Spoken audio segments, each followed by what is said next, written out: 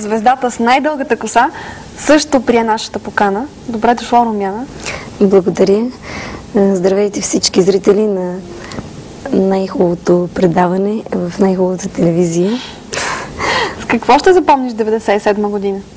97 година ще запомня с моето идване в София, окончателно преместване тук. Тук намерих много приятели, много приятни хора, без които не мога, които много ми помогнаха.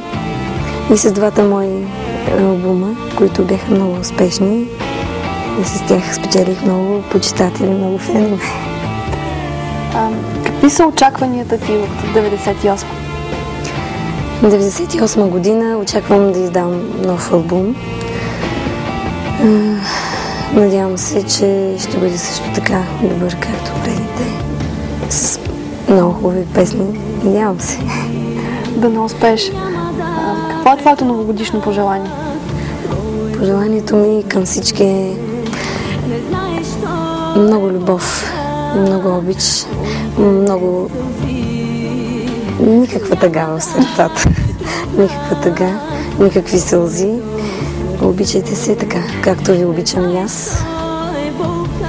Време е сама да анонсираш песента, с която ще участваш в днешното предаване. Две очи разплакани за всички вас, с пожелание да няма разплакани очи през следващата година.